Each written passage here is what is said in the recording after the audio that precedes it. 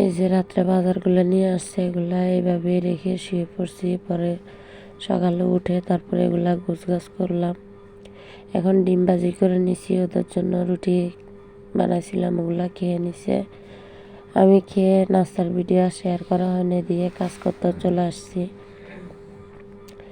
এই যে অবস্থা ওয়ার্ড্রোবের, এগুলো সব সরাই, এগুলো সব পরিষ্কার করছি। সবগুলা তেলা পোকা ঢুকে একদম কাপড় অনেকগুলা কেটে ফেলছে। সব বাসার সব এলোমেলো। এই যে নেটফালিনের কত বড় বড়, এগুলা দিলে নাকি তেলা পোকা কম হয়, তার কারণে বড় প্যাকেট নিয়ে আসতে বলছি। সবগুলা ডায়ারে এগুলা দিব।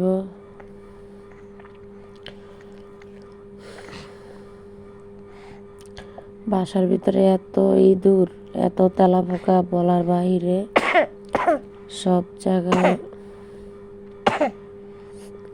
ক্ষমার দৃষ্টিতে দেখবেন। আমার ছেলেটা কাশতেছে, ওকে পাশে নিয়ে তারপরে বয়স দিচ্ছি। এই যে এদিকে সবগুলা গোছগাছ করলাম আজকে অনেক কিছু।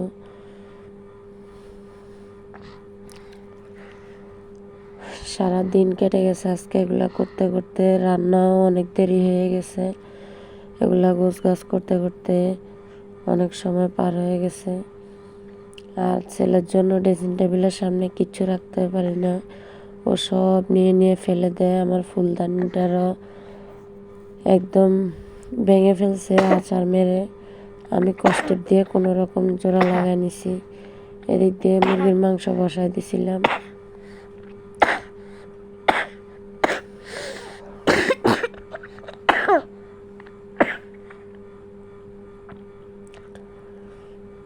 বাসায় সবাই মোটামুটি অসুস্থ, ঠান্ডা, কাশি, জ্বর। এই যে কিছু কাপড় ধুয়ে ছাদে দিয়ে আসছি, এখন এগুলো এনে বাস করে নিছি। এদিক দিয়ে রান্না হইতেছে।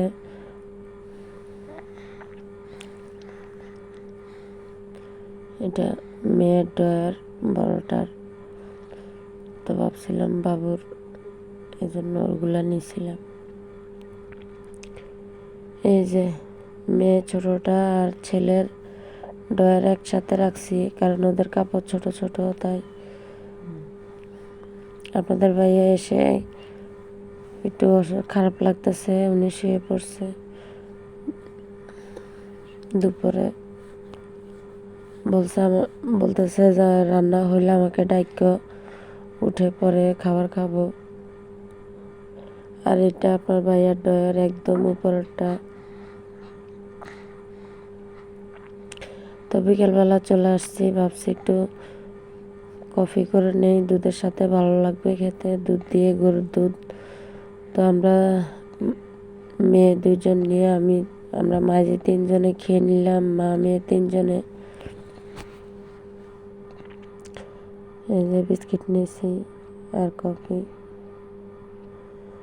তা আমার মেয়ে বলতেছে বড়টা, যে আম্মু আমার থেকে খুব ভালো লাগছে খেতে।